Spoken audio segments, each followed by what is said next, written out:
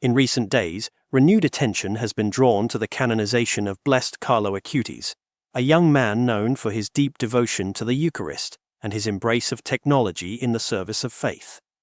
While many Catholics around the world have celebrated his path to sainthood, discussions continue regarding the broader process of canonization in the modern era.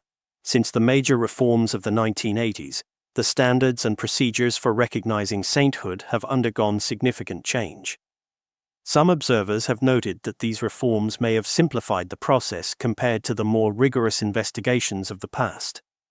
This has led to a broader conversation within the Church about the nature and criteria of sanctity in contemporary times. It's important to clarify that these questions are not directed at Blessed Carlo Acutis himself. His life, marked by humility, charity, and Eucharistic devotion, has inspired millions, especially among the youth. Many regard him as a powerful witness to the faith in the digital age. However, a recent incident has added a new dimension to the conversation. Criticism of Carlo Acutis has surfaced from certain voices within the Church, targeting aspects of his legacy that have long been seen as spiritually uplifting. For many, this unexpected opposition has only reinforced the authenticity of his witness, prompting even those with previous reservations to reflect more deeply on the significance of his example.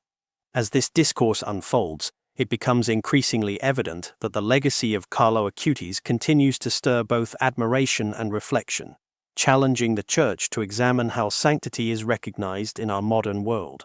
Much of the recent criticism surrounding Blessed Carlo Acutis centers not on his personal holiness, but on his strong devotion to Eucharistic miracles. Some have labeled his focus as too traditional, suggesting that it does not fully align with newer theological approaches that emphasize the communal and symbolic aspects of the Eucharist, often described as a sacred meal shared among believers. However, Eucharistic miracles have long held a specific place in Catholic understanding. Historically, they have not been viewed as endorsements of any particular theological trend or liturgical preference. Instead, throughout Church history, especially since the Middle Ages, these extraordinary events have often been interpreted as divine interventions meant to reaffirm a central truth of the faith: the real presence of Christ in the Eucharist. These miracles typically occur in contexts marked by doubt or disbelief. Many documented cases involve situations where either the celebrating priest or members of the congregation were struggling with belief in the real presence. In this sense, such miracles have consistently been understood as powerful signs meant to rekindle faith, not as statements about liturgical style or ecclesial politics. Blessed Carlo's interest in these miracles was deeply rooted in his desire to draw people closer to the Eucharist and to Christ. His digital cataloging of verified Eucharistic miracles was an effort to make these historical testimonies accessible to a modern generation, increasingly in need of spiritual signs. Rather than being divisive, his work continues to inspire countless individuals to rediscover the mystery and majesty of the Blessed Sacrament. It's within this context that a recent article has drawn widespread attention for its controversial tone. Published on the Catholic website Rivista Europa di Cultura, the article bore the headline, "Young Carlo Acutis and Eucharistic Rudeness." The piece was authored by Andrea Grillo, a well-known Italian theologian. To understand the weight of this critique, it's helpful to know who Andrea Grillo is. He is a prominent figure in contemporary Roman Catholic theology, particularly in the areas of liturgical and sacramental studies. Since the 1990s, he has taught sacramental theology and the philosophy of religion at the Pontifical Athenaeum of St. Anselm in Rome. He also lectures on liturgy at the Abbey of San Giustina in Padua. Grillo is widely regarded as a key voice in the development of post-Second Vatican Council liturgical thought. His writings have influenced many of the modern theological frameworks that shape contemporary Catholic worship. He played a notable role in the formulation and promotion of Traditionis Custodes, the apostolic letter issued by Pope Francis in 2021 that significantly restricted the celebration of the traditional Latin Mass. Because of his involvement in this document and other liturgical initiatives, Grillo is frequently referred to as one of the architects of modern liturgical reform in the Vatican. In light of this background, his article on Carlo Acutis has raised significant debate. particularly because of its critical tone and the implications it makes about the young blessed's Eucharistic devotion. The tension between traditional Eucharistic piety and newer theological interpretations continues to shape much of the discussion within the Church today. Andrea Grillo has long been a vocal proponent of post-Vatican Roman II liturgical reforms. He has publicly expressed strong opposition to the idea of allowing both the traditional Latin Mass and the Reformed Mass, commonly known as the Novus Ordo, to coexist peacefully within the Church. In his academic work, he has written extensively and critically about the views of Pope Benedict XVI, particularly on issues related to liturgical tradition and the Latin Mass. His perspective places him at the center of many contemporary theological debates surrounding the Church's liturgical direction. For years, Grillo has advocated for a decisive shift away from traditional expressions of worship, viewing them as incompatible with the renewed ecclesiology introduced by the Second Vatican Council. In this context, his recent critique of Blessed Carlo Acutis stands out. Grillo is not typically aligned with those who usually raise concerns about Acutis's legacy, individuals who tend to emphasize tradition, sacramental reverence, and a sense of crisis in the Church. In contrast, Grillo has been a major contributor to many of the liturgical developments that some associate with the Church's current challenges. In his article, Grillo raises pointed questions about the theological implications of Carlo Acutis's Eucharistic devotion. He writes, "How is it possible that a young blessed can communicate a Eucharistic theology, so old, so heavy, so obsessive, so focused on what is inessential, while neglecting what is truly decisive? How is it possible that all the progress made by the Church over the past 70 years in understanding the ecclesial meaning of the Eucharist and its celebration has been transmitted in such a distorted way through a young and enthusiastic communicator?" These remarks have sparked considerable debate, highlighting the deep and ongoing divisions within the Church over liturgical identity and Eucharistic theology. At the heart of the issue lies a broader question. How should the Church balance reverence for its traditional practices with efforts to adapt and communicate the faith in modern times? In his article, Andrea Grillo continues his critique of Blessed Carlo Acutis by questioning the theological depth of his Eucharistic focus.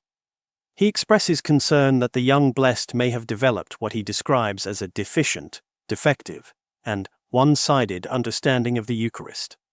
Grillo suggests that Carlo's interest in Eucharistic miracles may have been encouraged at the expense of what he considers the true miracle of the Eucharistic celebration in its communal and symbolic dimensions.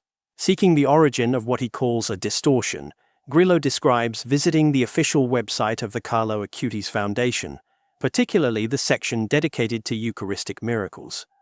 He remarks that the content there reflects what he sees as a narrow theological vision, possibly shaped, in his view, by the influence of certain teachers who, he argues, should have guided Carlo differently. In the same section, Grillo points to introductory texts written by Cardinal Angelo Comastri, Monsignor Raffaello Martinelli, and Father Roberto Coggi. These writings, he says, appear to originate from another world, as if penned in isolated offices, detached from what he considers contemporary theological development. Grillo refers to this as paradoxical, given Carlo's reputation as a gifted digital communicator and evangelist in the modern world. However, it's important to note that the theologians Grillo references, Comastri, Martinelli, and Coggi, are all respected figures who present a deeply traditional understanding of the Eucharist. Their reflections align closely with long-standing Catholic teaching on the real presence of Christ in the Blessed Sacrament, an understanding that has remained consistent through generations. The Eucharistic theology they uphold would be easily recognizable to Catholics of past centuries, emphasizing reverence, mystery, and the sacrificial nature of the Mass. Grillo's objection to Carlo Acutis appears to rest not on the young man's sincerity or faithfulness, but rather on a deeper theological divergence over how the Eucharist should be understood and presented in the life of the Church today. Andrea Grillo, the theologian behind the critique of Blessed Carlo Acutis, is also known for his involvement in the drafting and theological foundation of Traditionis Custodes, the 2021 apostolic letter issued by Pope Francis. This document significantly restricted the celebration of the traditional Latin Mass across the Church. Grillo's influence in this area has been far-reaching. In various dioceses around the world, traditionist custods has been used as a framework to limit, or in some cases, eliminate the presence of traditional communities, such as the Institute of Christ, the King's Sovereign Priest IXP, and the Priestly Fraternity of St. Peter FSSP. In some regions, episcopal authorities have delayed or withheld the ordination of priests associated with traditional liturgical practices, citing the spirit and guidelines of this document. Against this backdrop, Grillo's opposition to Carlo Acutis stands out. His critique adds another layer to the ongoing debate about how sanctity is recognized in the modern Church, and how differing theological perspectives continue to shape that conversation. As the date of Blessed Carlo Acutis' canonization draws nearer, currently expected in September, the broader Catholic world remains engaged in reflection. While some have expressed concerns about aspects of the canonization process in recent decades, many are now re-examining their views in light of the attention Carlo continues to receive from prominent voices within the Church. For some, the intensity of the criticism leveled against him by certain reformist theologians may serve as an unexpected affirmation. It raises the question of whether Carlo's simple, Eucharist-centered faith resonates more deeply with timeless Catholic tradition than with shifting academic trends. Regardless of perspective, his life and legacy continue to spark meaningful dialogue within the Church, drawing both support and scrutiny as his cause for sainthood advances. The story of Blessed Carlo Acutis continues to capture attention, not only because of his youth or his work with technology, but also because of what he represents in a divided Church. At a time when many Catholics are asking deep questions about faith, tradition, and the direction of the Church, Carlo stands as a figure who quietly bridges the gap between past and present. Born in 1991 and raised in Italy, Carlo had a deep love for the Eucharist from a very young age. By the time he was a teenager, he was already attending daily Mass, spending long hours in adoration, and praying the Rosary with devotion. He wasn't born into a highly religious household, but his faith grew quickly and sincerely. This alone is something many people find powerful, because it reminds us that God can work in any heart, at any time, regardless of the environment. Carlo was also deeply interested in Eucharistic miracles, those rare and extraordinary events throughout history where the consecrated host visibly becomes flesh or shows signs that reveal the real presence of Jesus in the Eucharist. Rather than keep this interest to himself, he began documenting these miracles, creating an online catalog so that others could learn about them too. He believed that if people truly understood what the Eucharist was, they would never skip Mass or treat communion lightly. His website grew in popularity, reaching audiences all over the world. Schools, parishes, and youth groups began using the material he gathered. It became a tool for evangelization not through flashy words, but through carefully documented stories of divine signs. In this way, Carlo used modern tools like the internet to share very old truths. And yet, despite this seemingly positive work, some critics argue that his focus on miracles was too narrow. They say the Church today should emphasize community, dialogue, and inclusion, rather than what they call outdated signs or rigid theology. They fear that focusing on miracles might distract from what they see as the deeper meaning of the Mass: unity, service, and fellowship. But others see Carlo's work as doing exactly the opposite. They argue that his love for the Eucharist helped people take the Mass more seriously, not less. By drawing attention to the sacred and mysterious nature of the sacrament, Carlo helped renew a sense of reverence. In an age when the sacred often feels distant or forgotten, he reminded people that God is still present and still working in the world. This difference in perspective is not new. Throughout history, the Church has experienced moments of tension between those who seek to preserve tradition and those who push for reform.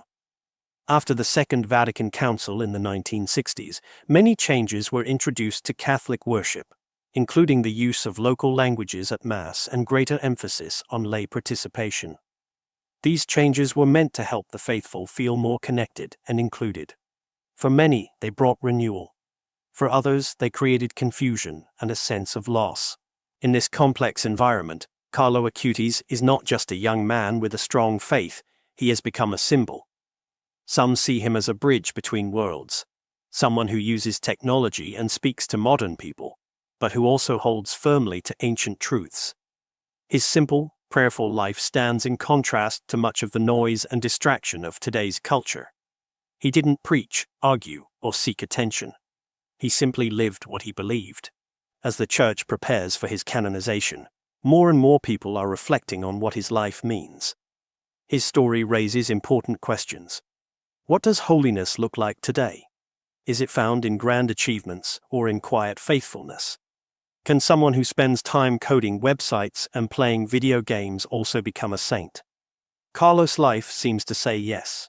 He reminds us that sainthood is not about being perfect, it's about loving God deeply and serving others with joy. Even while battling leukemia, Carlo offered his suffering for the Pope and the Church. He never complained. He smiled. He said, "I offer all the suffering I will have to suffer for the Lord, for the Pope, and the Church." That kind of faith, especially in someone so young, leaves a deep impression. As his canonization date approaches, pilgrimages to his tomb in Assisi continue to grow. Young people, in particular, are drawn to him.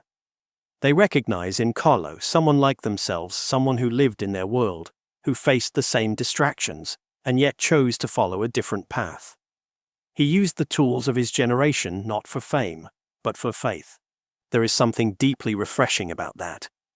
In a world often shaped by opinions, trends, and controversies, Carlo Acutis simply lived out the gospel. He was not trying to win arguments or prove others wrong. He just loved Jesus, especially in the Eucharist, and he wanted others to know that love too. His legacy is not found in complex theological debates, but in the lives he continues to touch. Teachers use his story to inspire students. Parents share his life with their children. Priests preach about his example during homilies. And many who had drifted away from faith say they were moved by his witness to return. Carlo once said, "The Eucharist is my highway to heaven." For him, going to Mass wasn't an obligation. It was a joy, a gift, a meeting with the one he loved most. That attitude continues to challenge and inspire. In the end, whether people agree with every detail of his devotion or not, it is hard to deny the fruit of his life. He reminds the Church that holiness is possible, even in the 21st century. Even in jeans and sneakers. Even behind a computer screen. As the Church moves forward, Carlo Acutis may well be remembered not just as a saint for young people, but as a saint for the digital age. His life is a call to rediscover the sacred in ordinary life, to see the beauty of the Eucharist, the power of prayer, and the joy of a heart fully given to God. As we reflect on the life and legacy of Blessed Carlo Acutis, one truth becomes clear. Holiness is not reserved for the distant past, nor is it confined to monasteries or pulpits. It can be lived today, quietly, faithfully, and even digitally. Carlo's journey shows us that sanctity can bloom in the heart of a teenager who loves Christ above all things and shares that love in simple but powerful ways. His canonization will not only mark a milestone for the Church, it will mark a moment of hope for an entire generation searching for purpose, identity, and truth. In an age of distraction, Carlo reminds us to focus on what truly matters. In a time of division, he shows us the strength of quiet unity. And in a world often caught between the old and the new, his life offers a bridge built on faith, humility, and joy. Perhaps most importantly, Carlo's story invites each of us to ask a personal question. What path am I walking, and where is it leading me? The Eucharist was Carlo's highway to heaven. It can be ours too. Thank you for watching. If this story moved you, consider sharing it with someone who needs hope. And remember, saints aren't just people in stained glass windows. Sometimes they wear sneakers, carry backpacks, and build websites, not for glory, but for God.